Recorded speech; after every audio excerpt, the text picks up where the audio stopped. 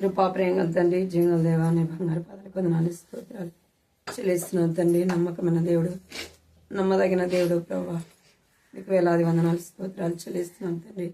ఈ వారం అంతా కూడా మీరు మమ్మల్ని కాపాడి భద్రపరిచి సజీవులుగా ఉంచినందుకై మీకు ఎంతో వందనాలు స్తోత్రాలు చెల్లిస్తున్నాను. మరొక సంవత్సరం దయా కిరీటంగా దేవా మీరు మాకు అనుగ్రహించినందుకే మేము స్తుతిస్తూ గణపరుస్తున్నాను తండ్రి. ఉదయకాల సమయంలో స్త్రీల కొడుకుగా ప్రభా నీ సన్నిధిలో చేరుస్తున్న మీరు మమ్మల్ని జ్ఞాపకం చేసుకోమని నీ సన్నిధిలో ప్రార్థిస్తున్నాం ప్రభా. కృప చూపించండి తండ్రి, మీరే సహాయపడమని సన్నిధిలో ప్రార్థిస్తుంటున్నా. కనికరించండి. పాటల ద్వారా మీరు మాట్లాడమని సన్నిధిలో ప్రార్థిస్తున్న పాటల ద్వారా మీరు స్తుతించి గణపరచుట కొరకై ప్రభా మీరు మమ్మల్ని సిద్ధపరచండి తండ్రి. సహాయించండి. మా నోటిని మీరు జ్ఞాపకం చేసుకోమని సన్నిధిలో ప్రార్థిస్తున్నాం. కృప చూపించండి. వాక్యం ద్వారా కూడా మీరు మాట్లాడండి ప్రభా. కృప చూపించండి. వినిచ్చి విగ్రహించే మనసు కూడా మీరు దయచేయమని సన్నిధిలో ప్రార్థిస్తున్నాం. కృప చూపించండి. నిలబడుతున్నాను కూడా మీరు జ్ఞాపకం చేసుకోండి ప్రభా. బలహీనాన్ని కనికరించండి ప్రభా. కృప చూపించండి. గొంతును కూడా మీరు తాకండి ప్రభా. ముట్టండి తండ్రి. స్వస్థపరచండి. మాటలు ధారాళంగా రావడానికి మీరే సహాయించండి. మీరే మమ్మల్ని జ్ఞాపకం చేసుకోండి. రావాల్సిన వారు నడిపించండి. మీకు ఎంతో వందనాలు చెల్లిస్తాం. యేసు నామములో ప్రార్థిస్తున్నాం తండ్రి. ఆమేన్.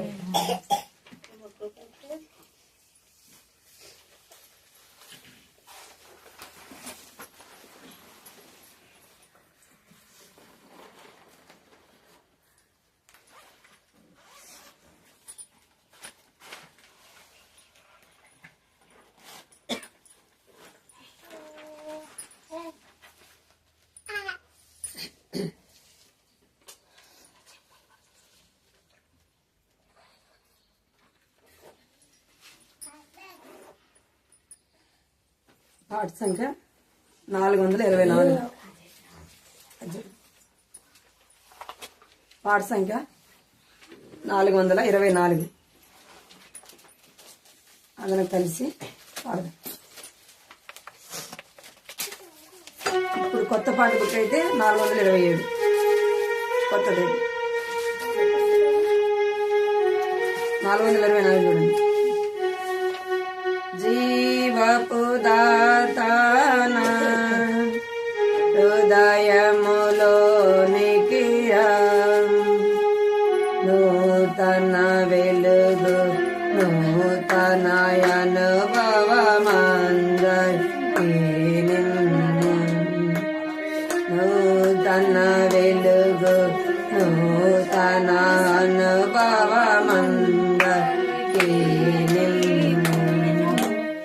నూతన జన్మమును మాకు సగి నూతనముగా మము చేయన్ నూతన జన్మమును మాకు సగి నూతనముగా చేయన్ నూతన ఆత్మ హృదయము నీవు నిన్ను నే స్తుతింపన్ నూతన ఆత్మ హృదయము నీవు నిన్ను నే స్తుతింపన్ జీవపుదాతానా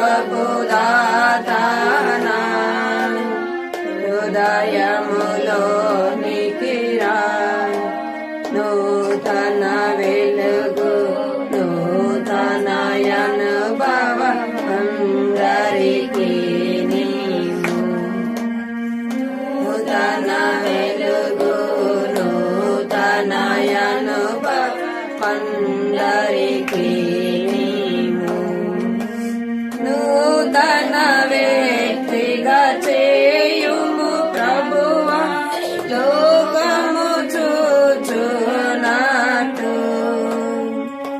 నూతన వ్యక్తిగా చేయుము ప్రభువా లోకము చూచునట్టు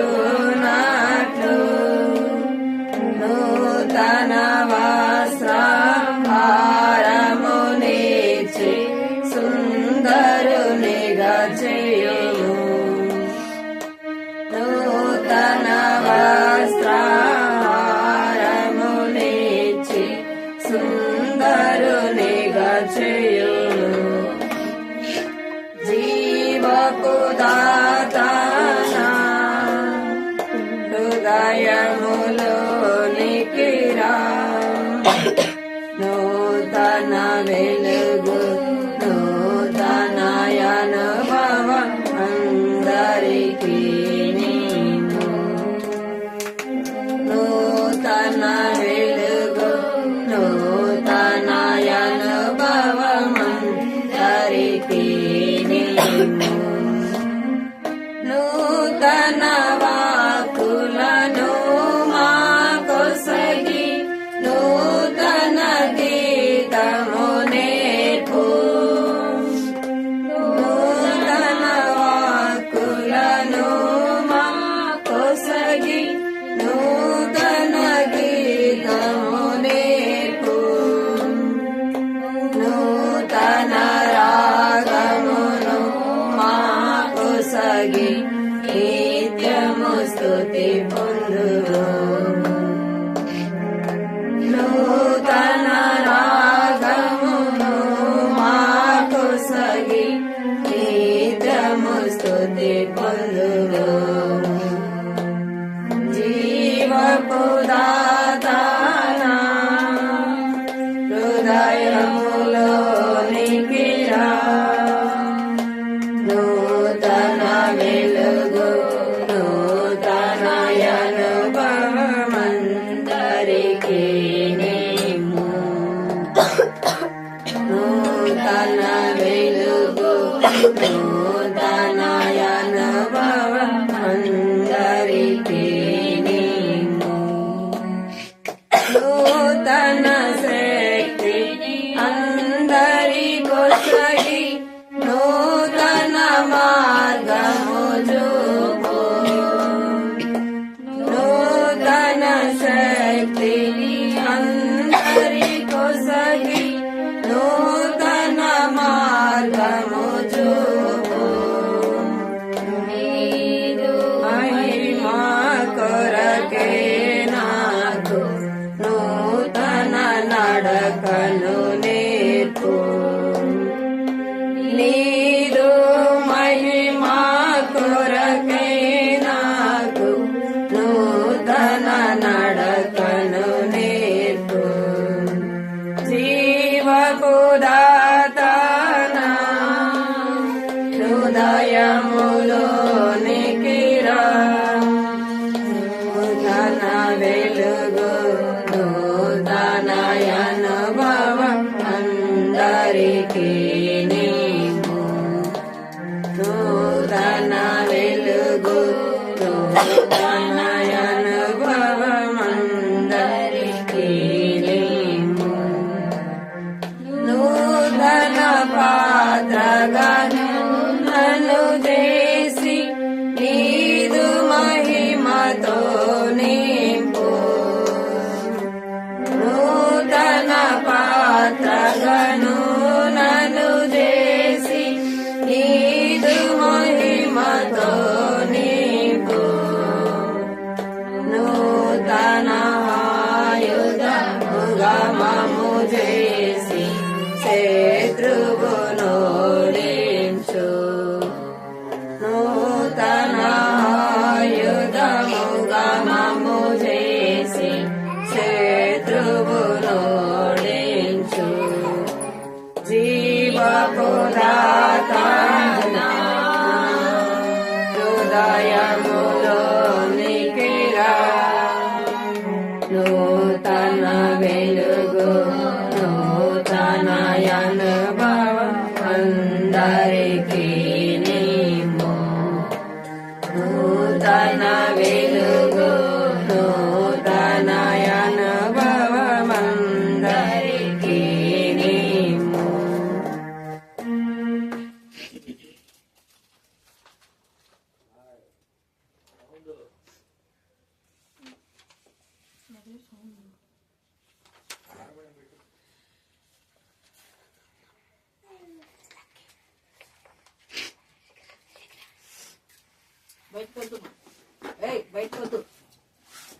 మీరు కొంచెం జరగండి బైబిల్ పాట సంఖ్య 213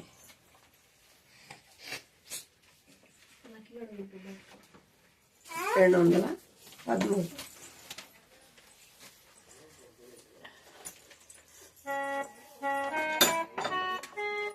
భజయింపరాండి ప్రభు యేసుని ఆత్మ సత్యములతో ప్రేమమయుని పరమ తండ్రిని భజయింపరాండి పాపక్షమాపణ మనకిచ్చెను మనల విమోచించే రక్తముతో పాపక్షమాపణ మనకిచ్చెను మనల విమోచించే రక్తముతో జయము జయము మన ప్రభుకే జయము జయము మన ప్రభుకే భజయింపరాండి ఆత్మ మందిర ప్రత్యక్షతను సగే నేత్రములు తెరచే యేసుని చూడా ఆత్మ మందిర ప్రత్యక్షతను సగే నేత్రములు తెరచే యేసుని చూడా ఆశ్చర్యకరుడు సదాకాలము ఆశ్చర్యకరుడు సదాకాలము భజయింపరాండి ఘనత పొందా సదా రాజ్యమునిచ్చే శ్వాసము పొందా వారసులమైతిమి ఘనత పొందా సదా రాజ్యమునిచ్చే స్వాస్థ్యము పొందా వారసులమైతిమి హోసన్నా హోసన్నా విజయునికి హోసన్నా హోసన్నా విజయునికి భజయింపరాండి జగమును జయించే జీవితమునిచ్చే శిలువ శక్తి చే మనలను గాచేగా జగమును జయించే జీవితమునిచ్చే శిలువ శక్తి చే మనలను గాచేగా స్తుతులా కిందుము ముక్తిదాతకే స్తుతులా కిందుము ముక్తిదాతకే భజయింపరాండి సంగము ప్రభుని చేర తేరి చూచేగా సదాకాలమాయనతో నుండనెప్పుడు సంగము ప్రభుని చేర తేరి చూచేగా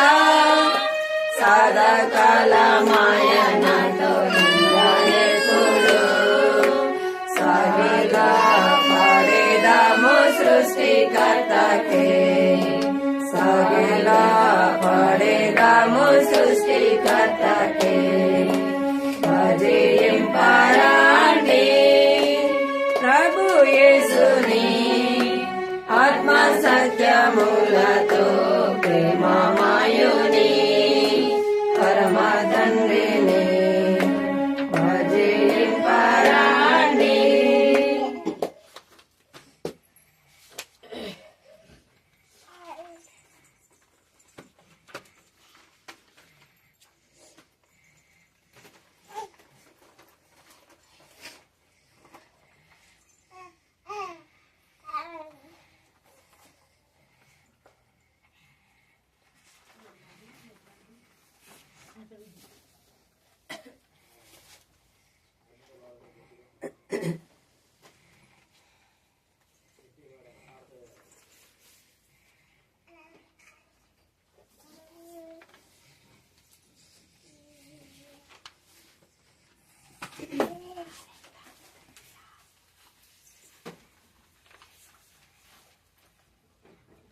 పాట సంఖ్య 561.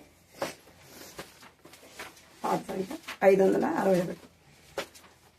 ఆత్మదీపమును వెలిగించు.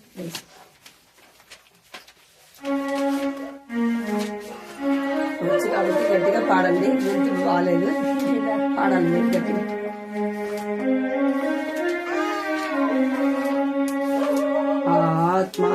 ఆత్మాదీపమును ఆత్మాదీపమును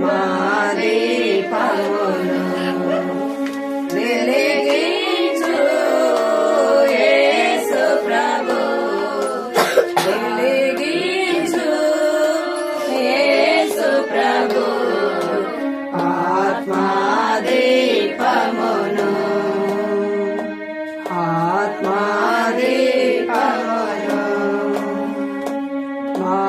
మార్గమంతయు చీకటిమయము, మార్గమంతయు చీకటిమయము, స్వర్గనగరికి మార్గం వెటులో, స్వర్గనగరికి మార్గం వెటులో. సదయా నీవే నన్ను పట్టుకొని, సదయా నీవే నన్ను పట్టుకొని, సరిగా నడుపుము ప్రేమ పదమున, సరిగా నడుపుము ప్రేమ పదమున. ఆత్మాదీపమును ఆత్మాదీపమును వెలిగించు యేసు ప్రభు, వెలిగించు యేసు ప్రభు. ఆత్మాదీపమును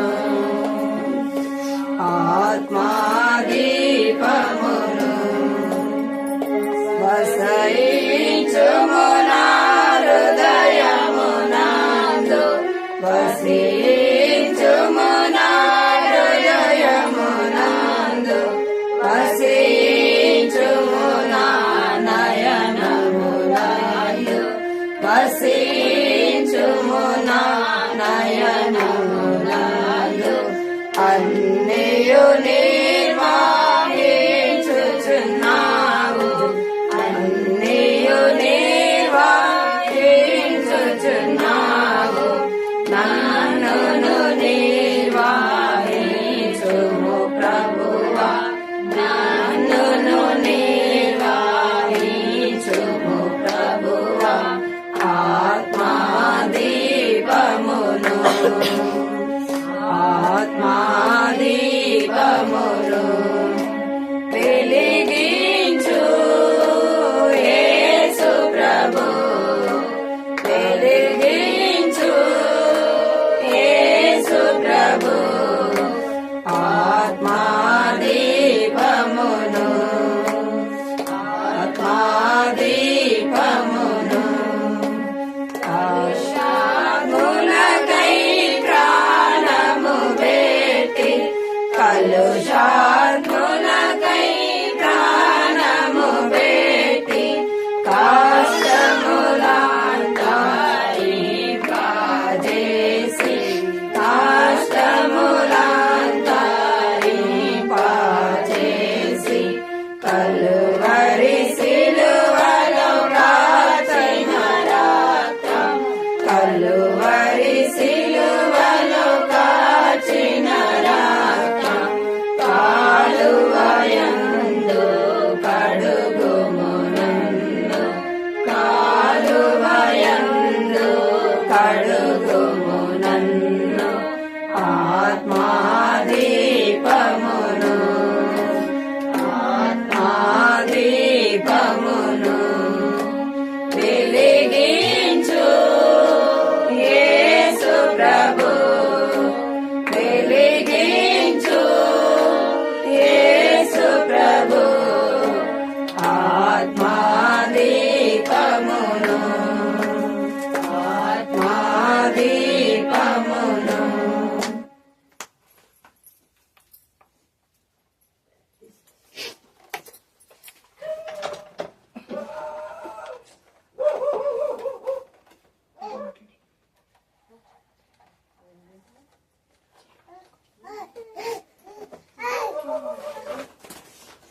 ప్రార్థన చేసుకున్నాం.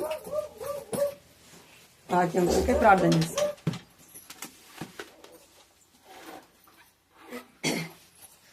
కృపాప్రేంగల తండ్రి జంగల్ బంగారు పాదకున్నాడు స్తోత్ర చెల్లిస్తున్నాను తండ్రి. ఈ యొక్క మధ్యాహ్న కాల సమయంలో మీ సన్నిధిలో చెరువును స్థుతించి గణపరిచినట్లుగా పాటల ద్వారా మీరు జ్ఞాపకం చేసుకుంటూ వచ్చారు. మీకు వందనాలు చెల్లిస్తున్నాను. వాక్యం ద్వారా కూడా మీరు మాట్లాడాలి ప్రభా. నీ స్వరం వినడానికి సహాయించండి. విని చెవి గ్రహించి మనసు కూడా దయచండి ప్రభా. కృప చూపించండి. మా దృష్టి మా మనస్సు ప్రభా మేము మీద ఉంచుకున్నట్టుగా మీరే సహాయించండి. నా గొంతును కూడా ప్రభా మీరు తాకండి తండ్రి. మీరే సహాయించండి. ధారాళంగా ప్రభా నా నోట మాట రావడానికి కూడా మీరే కృప చూపించమని మీకు ఎంతో వందనాలు చెల్లిస్తాం.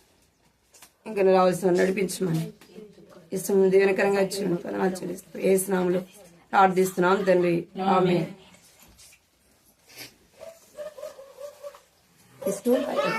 పైకి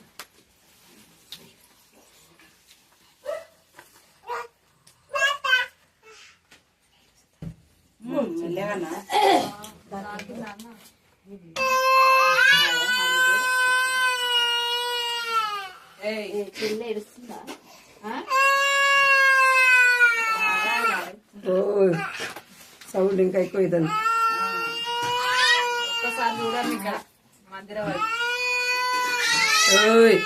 అరే రే అన్నా బయట కూర్చునే కంటే లోపల కూర్చో అన్నా. అన్నాడు వండుకోపోమని మంచం మీద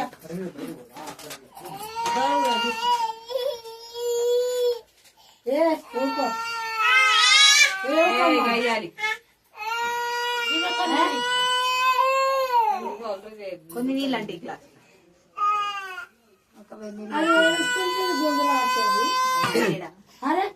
వాక్యం చూసుకుందాం. తీసుకో అక్క పాపం తీసుకోక్క. పాపం దగ్గర తీసుకో.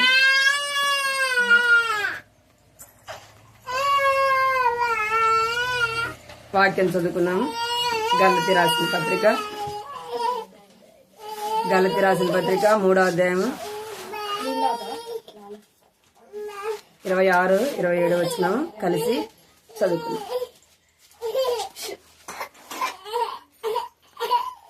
చదవగలిగిన వారు అందరం కూడా ఈ మాటను కలిసి చదువుకున్నాం.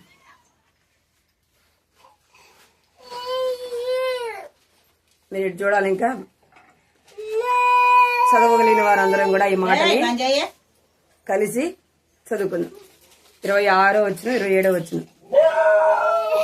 క్రీస్తు యేసునందు మీరందరూ విశ్వాసము వలన క్రీస్తులోని బాప్తిస్మం పొందిన మీరందరూ క్రీస్తును ధరించుకొని ఉన్నారు. చాలుగా ఇక్కడ 26వ వచనంలో ఏముంది? క్రీస్తు యేసునందు మీరందరూ విశ్వాసం వలన దేవుని కుమారులై ఉన్నారు. ఎవరి ద్వారా అంట దేవుని కుమారులను చేపడతాం? యేసు క్రీస్తు ద్వారా. ఆయన నమ్మినప్పుడు మనం ఏం చేపడతామంట? అందుకే యోహాను సువార్త 1వ అధ్యాయం 12వ వచనంలో ఉంది. ఇప్పుడు వద్దు, ఆ మాట అక్కడ రాయబడింది. ఎందరైతే ఆయన అంగీకరిస్తారో వారు ఏం చేయబడతారంట? ఆయన పిల్లలుగా చేయబడతారు. 27వ వచనంలో ఏముంది? క్రీస్తులోనికి బాప్తిసం పొందిన మీరందరూ కూడా క్రీస్తుని ధరించుకుని ఉన్నారు. ఎవరిని ధరించుకోవాలంట? మనం వస్త్రాన్ని ఏ రీతిగా ధరించుకుంటామో ఇప్పుడు ఎవరిని ధరించుకోవాలంట? యేసు ప్రభునే మనం వస్త్రం లాగా ధరించుకోవాలి. గత వారం చూసినాం. 2 మాటలు చూసినాం. ఎలాగ ఉంటే ఆయన పిల్లలమని అనిపించుకుంటాం కదా. ఎలాగుంటే ఆయన మనం ధరించుకున్నట్టుగా కనబడతాం. అంటే ఏ మనసు కలిగి ఉండాలంట? సాత్వికమైన జీవితం మనలో ఉండాలి. సాత్వికం అంటే అన్ని విధాలు కూడా మనలో ఏం కనపడాలా? తగ్గింపు జీవితం అనేది కనబడాలి. మాదిరికరమైన జీవితము కనబడాలి సాత్వికం అంటే. అందుకే యేసు ప్రభు కూడా ఎలాంటి వాడంట? ఆయన సాత్వికుడుగా లోకంలో ఆయన దేవాదేవుడు ఇంది కూడా ఎలాగా మన కొరకు, మన పాపముల కొరకు ఆయన తగ్గించుకుని ఈ లోకానికి వచ్చినాడు. రెండో మాట ఏం చూసినామంటే మనం ఎలాగుండాలంట, మృదువైన వారముగా ఉండాలి. ఎలాగుండాలా? మృదువైనది అంటే తర్వాత మృదువైనది ఉందంటే కఠినమైనది కూడా ఉందండి. కొన్నిసార్లు మన హృదయం ఎలా ఉంటది, కఠినంగా ఉంటే మన మాటలు, మన జీవితం, మన ప్రవర్తన అంతా కూడా కఠినంగా ఉంటుంది. అలాగే దేవుని బిడలముగా మనం ఉండకూడదు. ఎలా ఉండాలా? మృదువైన వారముగా ఉండాలి. మన హృదయం మెత్తనిదిగా చేయబడినప్పుడే ఏం చేయబడతాం, వాక్యాన్ని వింటాం. ఒక విత్తనము భూమిలో నాటాలి అంటే ఏం చేయాలి, దానిలో ఉన్నదంతా రాళ్ళనంతా తీసివేయాలి. అది మెత్తనిదిగా చేయబడాలి. ఆ మెత్త నేలలో విత్తనం నాటినప్పుడు అది ఎట్లా ఉంటది, తొందరగా ఎదుగుతుంది కదా, అది మొలుస్తుంది, ఎదుగుతుంది కూడా. ఏం లేదు దాంట్లో, కఠినం అనేది ఆ చుట్టూ భూమిలో కఠినము లేదు. అలాగ మన హృదయం కూడా ఎలాగ ఉండాలంట, మృదువైనదిగా ఉండాలి. మన మాటలు కూడా మృదువైనవిగా ఉండాలి. ఎట్లా ఉండాలా? ఎట్లా ఉంటాయి మన మాటలు? ఎంతో కఠినంగా మాట్లాడతాం. కఠినంగా మాటలు కొన్నిసార్లు మాట్లాడాలి. తప్పు చేసినప్పుడు ఏం చేయాలి, అప్పుడు మృదువుగా మనం మాట్లాడినాం అనుకో పని చేయదు కదా.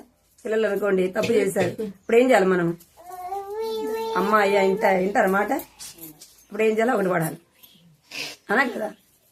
అంటే అన్నిసార్లు కఠినంగా ఉండాలని కాదు, మన హృదయం మృదువైనదిగా, మృదువైన జీవితం మనము కలిగి ఉండాలి. క్రీస్తుని ధరించుకోవడం అంటే గత వారం చూస్తున్నాం, సాధువైనట్టు మృదువైనట్టు గుణము కలిగి ఉండాలి. మొదటి పేతురు రాసిన పత్రిక 3వ అధ్యాయము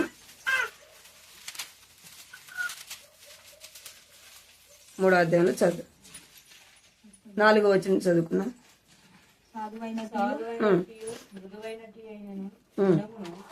అక్షయాలంకరణ గల మీ హృదయము, హృదయపు అంతరంగ స్వభావం మీకు అలంకారంగా ఉండవలెను. అది దేవుని దృష్టికి మిగిలిన విలువగలది. దేవుడు ఏం కోరుకుంటున్నాడు, సాధువైనట్టు మృదువైనట్టు. మన నుంచి ఏం కోరుకుంటా, సాధువైనట్టు మృదువైనట్టు గుణమును అక్షయ అలంకారముగా ధరించుకోవాలి. ఇప్పుడు చూద్దాము ఏ గుణం మనం కలిగి ఉండాలా. గత వారం చూసాము సాధువైనట్టు మృదువైనట్టు జీవితం మనము కలిగి. ఇప్పుడు మనం ఏం కలిగి ఉండాలంటే గుణము అనేది కనబడేది కాదు కదా, కనబడుతుందా? గుణం అనేది కనబడేది కాదు. అది ఎప్పుడు తెలుస్తుంది మన గుణము? మన గుణము ఎప్పుడు తెలుస్తుంది? ఎప్పుడు తెలుస్తుందంట, మనం మాట్లాడినప్పుడు, ఏదైనా గొడవ జరిగినప్పుడు మన గుణం ఎలాంటిదో, మన స్వభావం ఎలాంటిదో, మన మాటలు ఎలాంటివో కనబడతాయి. అవునా కదా? మనం మాట్లాడే మాటలు బట్టి చెప్తారు. ఏమని మన విలేజ్లో ఏమంటారు, ఎంత గయ్యాలి అంటారు.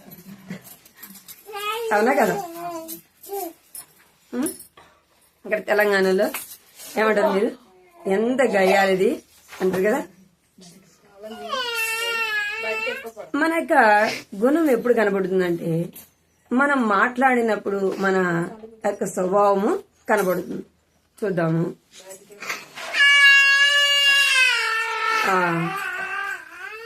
మొదటి సమూయేలు 16వ అధ్యాయం 17వ అధ్యాయం చదువు. 17వ అధ్యాయం 28వ వచనం. మొదటి సమూయేలు 17వ అధ్యాయము. మాట్లాడినది అతని పెద్ద అన్నయ్యకు ఏలియాబునకు వినబడగా, ఏలియాబునకు దావీదు మీద కోపం వచ్చి అతనితో, నీవు ఇక్కడికి ఎందుకు వచ్చితివి? అరణ్యంలోని ఆ చిన్న గొర్రె మందను ఎవరి వశం చేస్తివి? నీ గర్వమును నీ హృదయపు చెడుతనమును నేను ఎరుగుదును. యుద్ధం చూస్తేకే కదా నీవు వచ్చితివని. అందుకు దావీదు, చాలు చాలు. ఇక్కడ ఏలియాబుని గురించి రాయబడింది.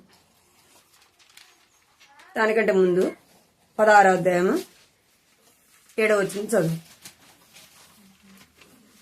అయితే మాట యెహోవా సమూయేలుతో ఇలాగ సెలవిచ్చును, అతని రూపమును అతని ఎత్తును లక్ష్య పెట్టకుము. మనుషులు లక్ష్య పెట్టు వాటిని యెహోవా లక్ష్య పెట్టడు. నేను అతని త్రోసివేసి ఉన్నాను. మనుషులు పైరూపమును లక్ష్య పెట్టుదురు గాని యెహోవా హృదయమును లక్ష్య పెట్టును.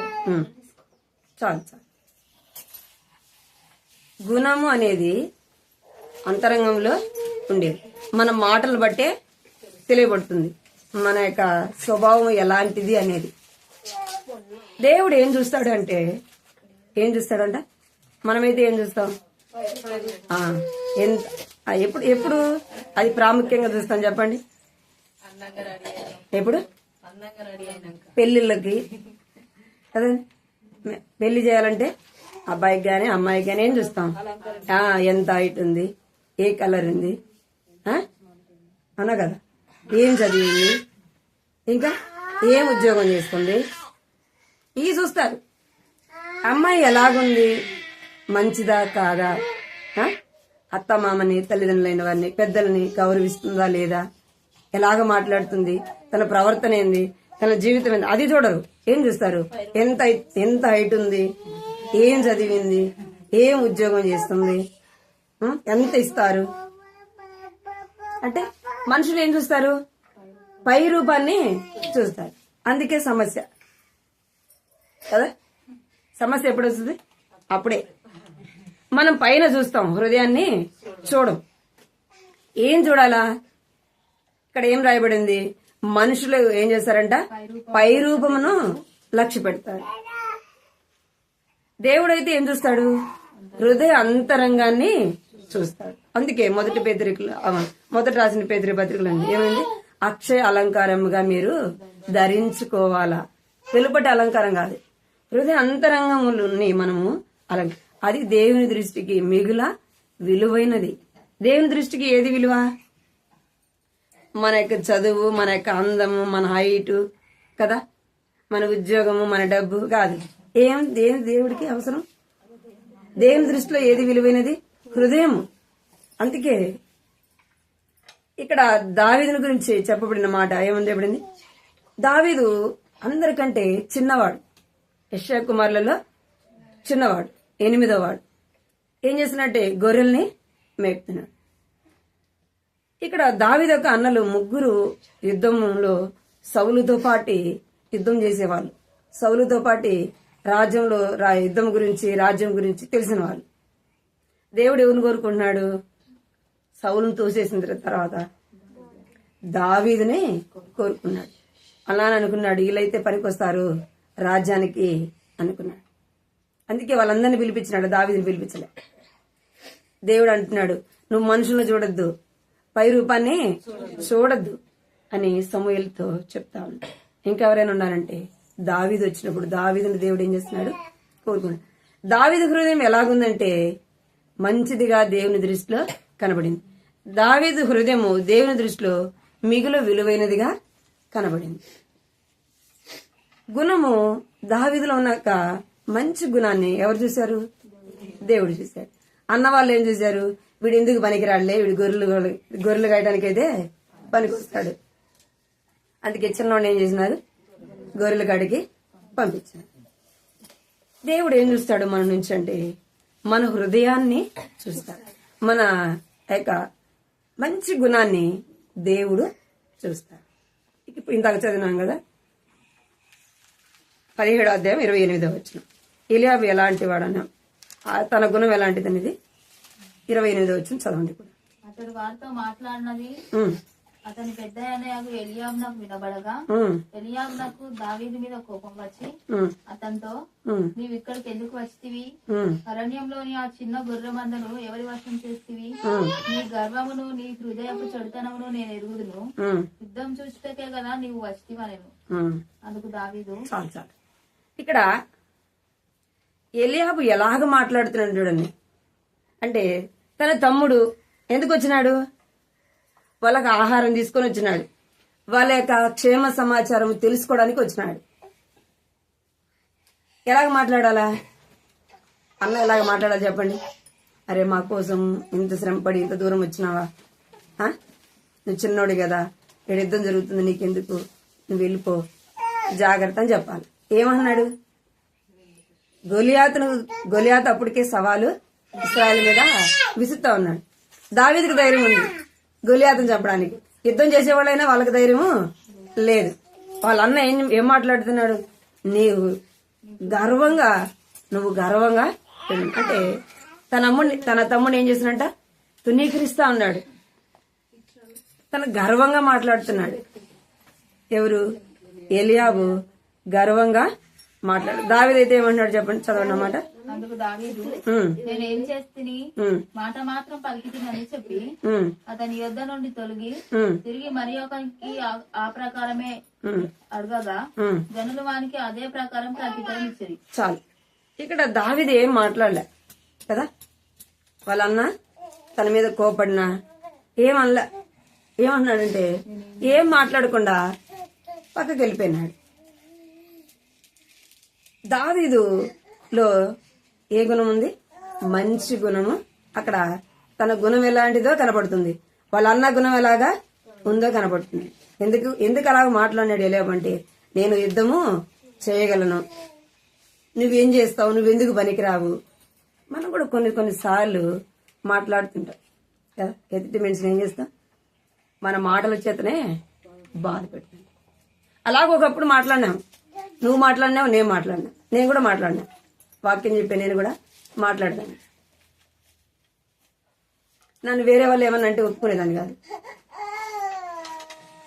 నిజం నేను చెప్తున్నా. బైబిల్ దగ్గర నిలిచి అమ్మ కూడా ఏమన్నది,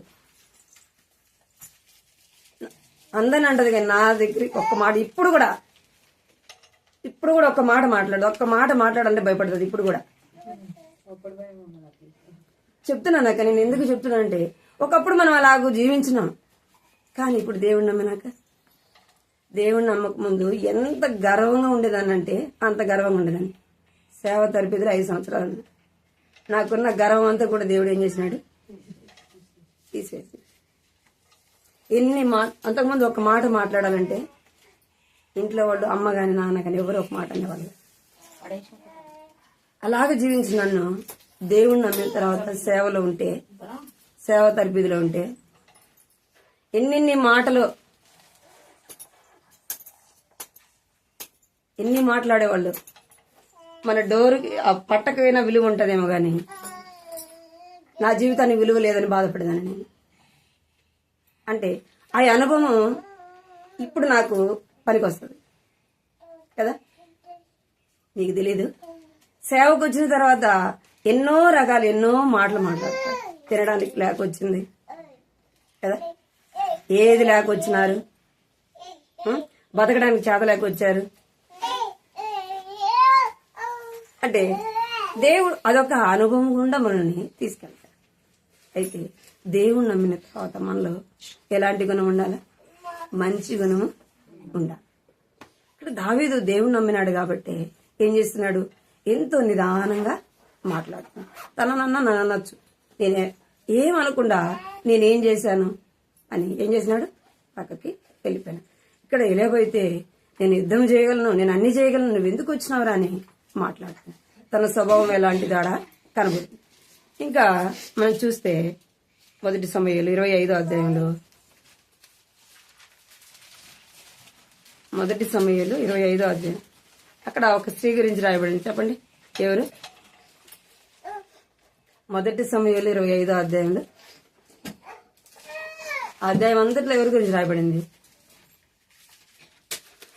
అబిగేలు గురించి ఎక్కువ రాయబడింది.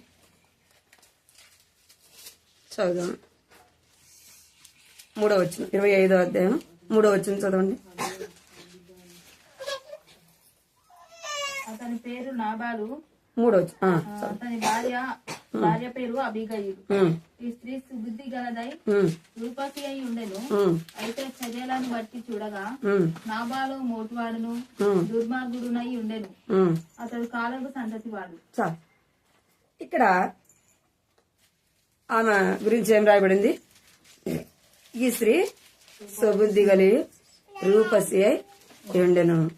అబిగేలు గురించి రాయబడింది. అబిగేలు నుంచి రాయబడింది.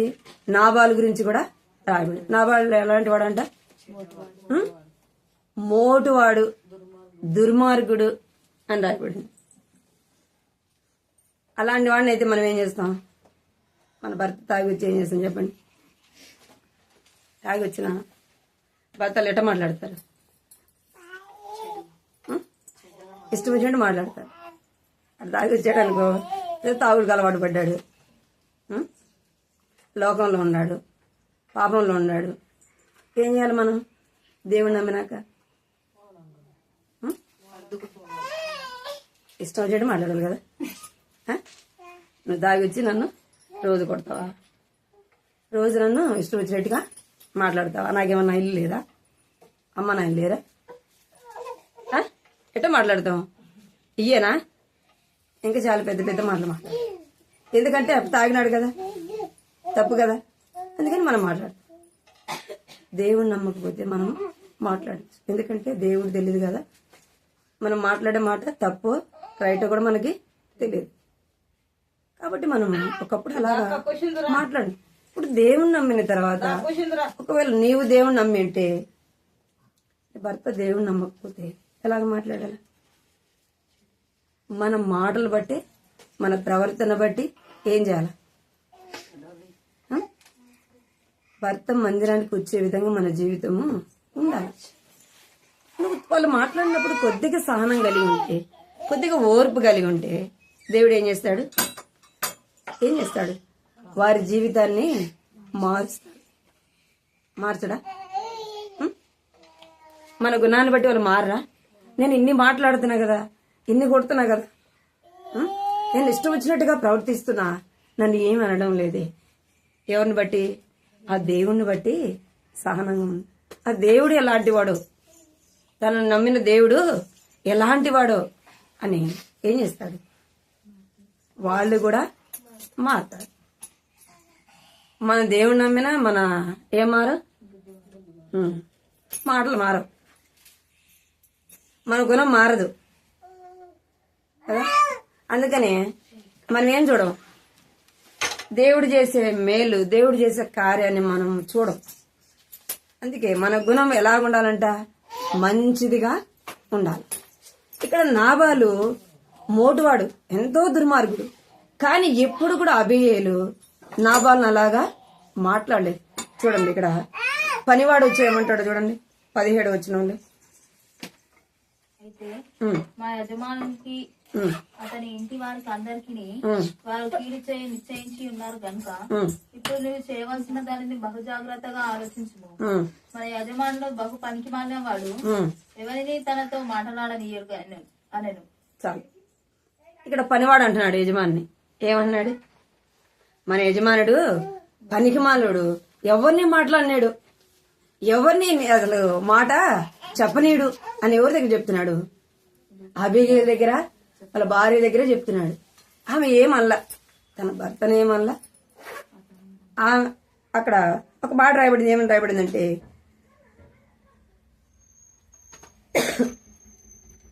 ఇంటి వారందరికీ వారు కీడు చేయ నిశ్చయం. కుటుంబానికి అందరి కూడా, ఆ రాజ్యాన్ని అందరి కూడా ఏమొస్తుందంట? కీడు వస్తుంది.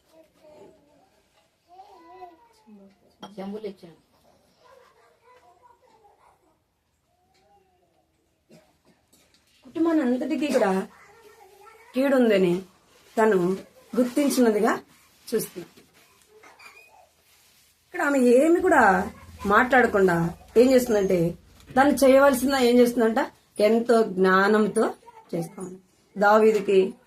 దావీదు యొక్క పనివారికి, వారందరికి కూడా ఏం చేస్తుందంటే ఆహారాన్ని సిద్ధపరిచి, త్వరగా సిద్ధపరిచి, తన భర్త దగ్గరికి వెళ్ళి ఏం మాట్లాడలే, ఎవరితో ఏం మాట్లాడకుండా తను చేయవలసింది ఏం చేస్తుందంట? జ్ఞానంతో చేసింది. జ్ఞానంతో చేసి దావీదు దగ్గరికి ఆ ఆహారాన్ని పంపించింది. దావీదు దగ్గరికి వెళ్ళినప్పుడు ఆమె ఎలాగ మాట్లాడుతుంది చూడండి, 23వ వచనం. అబిగైలు దావీదును కనుగొని గార్ధబం మీద నుండి త్వరగా దిగి ఉమ్, దావీదునకు సాష్టాంగ నమస్కారం చేసి ఉమ్, అతని పాదములు పట్టుకొని ఇట్లా నేను ఉమ్, నా ఎల్లినవాడా ఉమ్, ఈ దోషము నాదని ఎంచుము ఉమ్, నీ దాసరాలనైన నన్ను మాటలాడనిమ్ము నీ దాసరాలనైన నేను చెప్పు మాటలను ఆలకించుము. చాలు. ఇక్కడ ఎంత విధేయతగా తను మాట్లాడుతుంది చూడండి. తన గుణము అక్కడ మాటల్లోనే కనబడుతుంది. మరి తన భర్త దుర్మార్గుడుగా ఉన్నప్పుడు ఆమె కూడా ఎలాగ ఉండాలా? కఠినంగానే ఉండాలి. రాజు దగ్గరికి పోయి దావీదు దగ్గరికి పోయి ఆమె తగ్గించుకొని మాట్లాడాల్సిన అవసరం లేదు. నాబాలు కూడా ఎంతో ఐశ్వర్యవంతుడు, ఆమె తగ్గించుకొని మాట్లాడాల్సిన అవసరం లేదు. ఏం చేస్తుంది? దావీదు దగ్గరికి వెళ్ళి ఎంతో వినయంగా విధేయతతో తను ఏం చేస్తుంది? సాష్టాంగ నమస్కారం చేసి బతిమలాడుతా ఉంది. తన భర్తను చంపకుండా, తన రాజ్యంలో ఉన్న వారిని, అక్కడ ఉన్న ఆ కుటుంబానికి నష్టం కలగకుండా ఎలా మాట్లాడుతుంది? తగ్గించుకొని తను అక్కడ మాట్లాడుతుంది. నా ఏలినవాడా, నా ఏలినవాడా అంటే ఎంతో తగ్గింపు కలిగి తను ఈ దోషం నాదనించు, నన్ను క్షమించు అని తను అడుగుతాను. ఆ విషయం ఆమెకు తెలిసినప్పుడు వెళ్ళి ఏం చేసింది? అలా నీ వల్లే మన కుటుంబానికి నష్టం జరగబోతా ఉందని తన భర్త దగ్గరికి వెళ్ళి మాట్లాడిండొచ్చు. ఎవరు? అబిగైల్. మనమైతే ఏం చేస్తాం? ఏదైనా గొడవ జరిగితే, మన భర్త ద్వారా ఏదైనా గొడవ వచ్చిందనుకో ఏం చేస్తాం? నీ వల్లే చూడు, వీళ్ళందరూ ఇప్పుడు అంటున్నారు, నన్ను మాట్లాడుతున్నారు, ఏం చేస్తాం?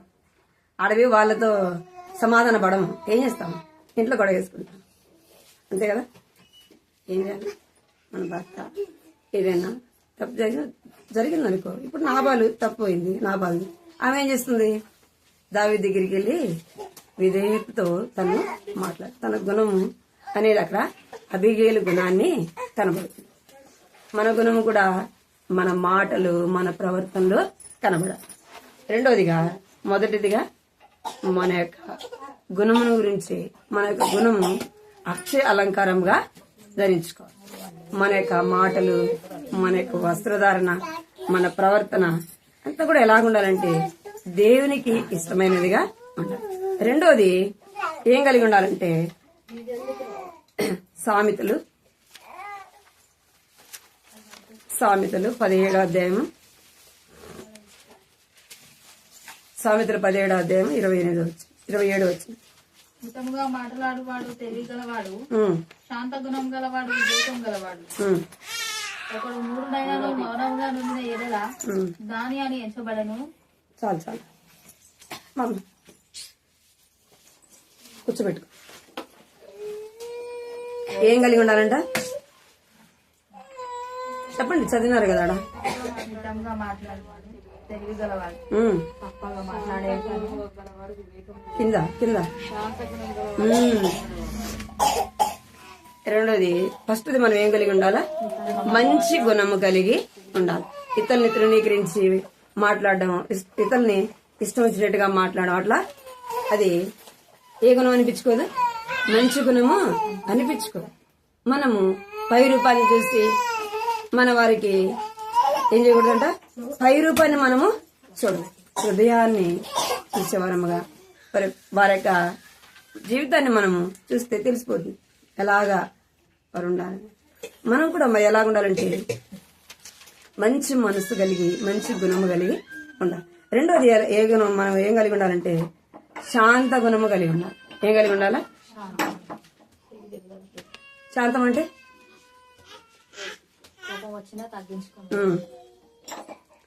నిదానము కదా, ఓర్పు, శాంతం అనేదానికి ఎన్నో ఉంది. కోపం వచ్చినా తగ్గించుకో. మనం ఏం కలిగి అన్నిటికంటే ప్రాముఖ్యమైనది దేవుని బిడ్డలుగా ఏం కలిగి ఉండాలా? శాంతము. ఎలాంటి పరిస్థితులైనా ఏం కలిగి ఉండాలా? శాంతము, ఓర్పు అనేది కలిగి ఉండాలి. శాంతము కలిగి ఉన్నప్పుడే దేన్నైనా మనం జయించగలం. శాంతం కలిగి ఉన్నప్పుడు ఏం జయించగలం? దేన్నైనా జయించగలం. సహనంతో ఉంటే ఏదైనా, ఎలాంటి వారినైనా మనం ఏం చేయొచ్చు? స్వాధీన పరచుకోవచ్చు. వారు మాట్లాడారనుకో, మనం కూడా మాట్లాడితే ఏముండదు, మనకు విలువ ఉండదు కదా. వారు మారుతారా? మారారు. వాళ్ళు అనే మాటలన్నిటికీ మనం సహనం కలిగి ఉంటే, మనం ఓర్చుకుంటా ఉంటే ఏముంటది? వాళ్ళే మార్చబడతారు. ఏం కలిగి ఉండాలంటే శాంతము మనము కలిగి ఉండాలి.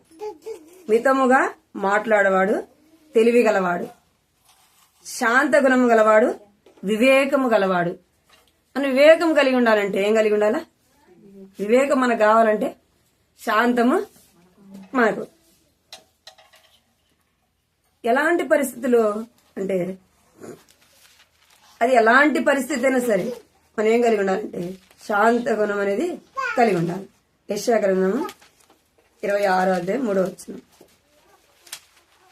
ఎవరి మనస్సు నీ మీద ఆనుకొనును వాడిని నువ్వు పూర్ణ శాంతి గలవానిగా కాపాడు. ఏలైనగా అతడు నీ యందు విశ్వాసం ఉంచి ఉన్నాడు. చాలు. ఎలాగ మనం శాంతి కలిగి ఉంటాం? ఎలాగ మనం శాంతిగా ఉండడానికి అంటే ఇక్కడ రాయబడింది, ఎవని మనస్సు నీ మీద ఆనుకొను వానిని నీవు పూర్ణ శాంతి గలవాడుగా కాపాడు. ఏలైనగా అతడు నీ యందు విశ్వాసం ఉంచి ఉన్నాడుగా.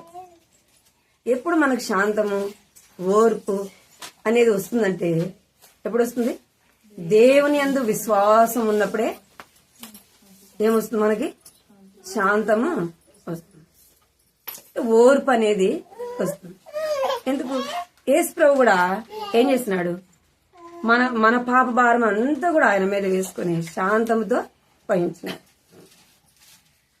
మనకు కూడా ఈ లోకంలో వచ్చే కష్టాల్లో బాధల్లో శ్రమల్లో మనకు కూడా శాంతం కావాలంటే ఏం కలిగి ఉండాలా? ఆయన యందు విశ్వాసము కలిగి ఉండాలి. ప్రభా, నా కొరకు నువ్వు ఎన్ని సహించిన, ఎన్ని ఓర్చుకున్నావు, నా శ్రమలు ఏపాటి ప్రభా, నా కష్టం ఏపాటిది అని మనం ప్రార్థన చేసుకున్నప్పుడు దేవుడు ఏం చేస్తాడు? మనకు వచ్చే శ్రమల్లో, మనకు వచ్చే బాధల్లో మనకు దేవుడు ఓర్పు అనేది ఇస్తాడు. మనకు కావలసిన నిదానము, మనకు కావలసిన సహనము దేవుడు ఇస్తాడు. మనము ఏం కలిగి ఉండాలంటే శాంతము కలిగి ఉండాలి. ఇంకెప్పుడు మనకు శాంతం అవసరం అంటే అన్నీ బాగున్నప్పుడు నిమ్మలంగానే ఉంటాం కదా. అన్నీ బాగున్నప్పుడు నిదానంగానే ఉంటాం. కష్టము శ్రమ వచ్చినప్పుడు ఓర్చుకుంటామా? బాధల్లో ఉన్నప్పుడు ఓర్చుకుంటామా? ఓర్చుకోలే. అపోస్తుల కార్యము 27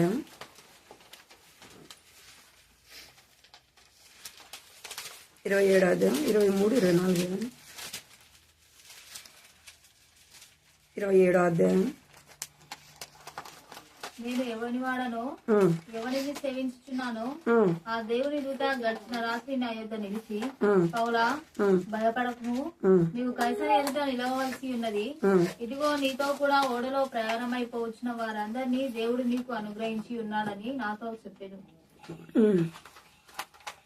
25 వచ్చిన కాబట్టి అయ్యలారా ధైర్యం తెచ్చుకొనుడి, నాతో దూత చెప్పిన ప్రకారం జరుగునని నేను దేవుడిని నమ్ముచున్నాను.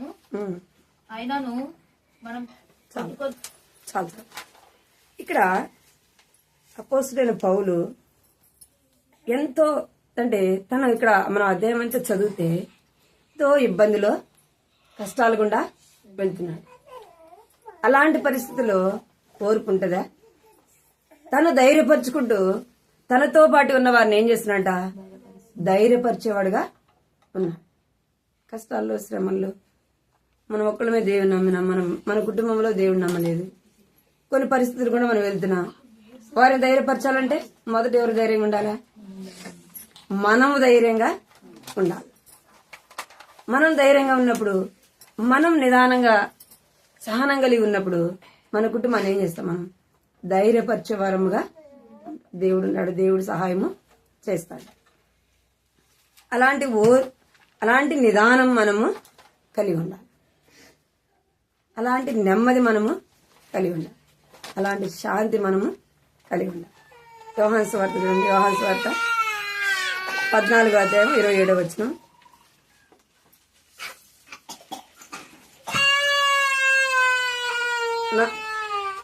యోహాను సువార్త 14:27. శాంతి మీకు వేడుచున్నాను. ఉమ్, నా శాంతినే మీకు అనుగ్రహించున్నాను. ఉమ్, లోకం ఇచ్చినట్లుగా నేను మీకు అనుగ్రహించలేదు. ఉమ్, మీ హృదయంలో కలవరపడనీయకుడి, ఉమ్. వెలువనీయకుడి. చాలు. ఇక్కడ యేసు చెప్పే మాటలు ఏం చేస్తున్నానంటే, నా శాంతిని మీకు అనుగ్రహించి వెళ్ళుచున్నాను. లోకం ఇచ్చినట్టుగా కాదు. లోకంలో ఉండే శాంతి ఎంతసేపు ఉంటది? కొద్దిసేపే ఉంటది. తర్వాత అది ఏదైనా ఒక కష్టం వచ్చి మన హృదయంలో పడిపోయింది అనుకోండి, ఏమైపోతుంది? మన హృదయంలో ఉండే నెమ్మది అంతా పోతుంది, మన హృదయంలో ఉండే శాంతి అంతా వెళ్ళిపోతుంది. అదే దేవుడిచ్చే శాంతి, సమాధానము ఎప్పటి వరకు ఉంటది? మనం దేవునిలో నిలిచి ఉండేంత వరకు, మనం ఈ లోకం విడిచేంత వరకు మనతో కూడా ఉంటుంది. మనం శాంతిగా కలిగి ఉండాలంటే దేవుని మన హృదయంలో కలిగి ఉండాలి. మన కష్టం వచ్చినప్పుడు, మన శ్రమ వచ్చినప్పుడు ఎవరిని జ్ఞాపకం చేసుకోవాలా? దేవుణ్ణి జ్ఞాపకం చేసుకోవాలి. మనం పడే కష్టము, బాధ, శ్రమ మనం చేసే పాపాన్ని బట్టి, మనం చేసే అవిధేయతను బట్టి, మనం మాట్లాడే మాటలను బట్టి, మనం చేసే మూర్ఖత్వ పనులను బట్టి ఏమొస్తుంది? మన కష్టము వస్తుంది. మరి యేసు ప్రభు ఏం చేసినాడు? మనం చేసిన పాపాలు ఆయన మీద వేయమని, ఆయన్ని ఎగతాళి చేసినారు, ఆయన గుద్దినారు, ఆయన కొట్టినారు, అవమానపరిచినారు. ఆయన ఏమి కూడా అందుకే ఆయనని మనం ఏం చేసుకోవాలా? జ్ఞాపకము చేసుకోవాలి. ఆయన మన కొరకు ఎలాగ సహించినాడు, అటు సహనం మనకు కావాలంటే ఆయనను మనము జ్ఞాపకం చేసుకుంటూ ఉండాలి. మొదటిది ఏం కలిగి ఉండాలి? మనము మంచి గుణము కలిగి ఉండాలి. రెండోది శాంతమనే గుణం మనము కలిగి ఉండాలి. స్త్రీలకు మనకి శాంతం ఎంతో అవసరం కదా. ఎవరికి అవసరం? ప్రాముఖ్యంగా స్త్రీలకైనా మనకు శాంతము ఎంత అవసరం. మంచి గుణము కూడా మనకు అవసరం. కుటుంబానికి పేరు రావాలంటే, మంచి పేరు రావాలంటే ఎవరి ద్వారా వస్తుంది? మన ద్వారానే, స్త్రీల ద్వారానే వస్తుంది. చెడు పేరు రావాలన్నా మన ద్వారానే వస్తుంది. అందుకే సామెతలు 14 అధ్యాయంలో రావాలి, జ్ఞానవంతురాలు ఏం చేస్తుందంట? తన ఇంటిని కట్టుకుంది. మూడాళ్ళు ఏం చేస్తుంది? తన చేతులతో తన ఇంటిని కూడదు. మనలో మంచి గుణము అనేది మనము కలిగి ఉన్నాం. రెండోది శాంతం అనేది మనకు అవసరం. స్త్రీలకు మనకు ఎంతో అవసరం. దేవుడు మనకు సాయం చేయనట్టు ప్రార్థన చేస్తాం.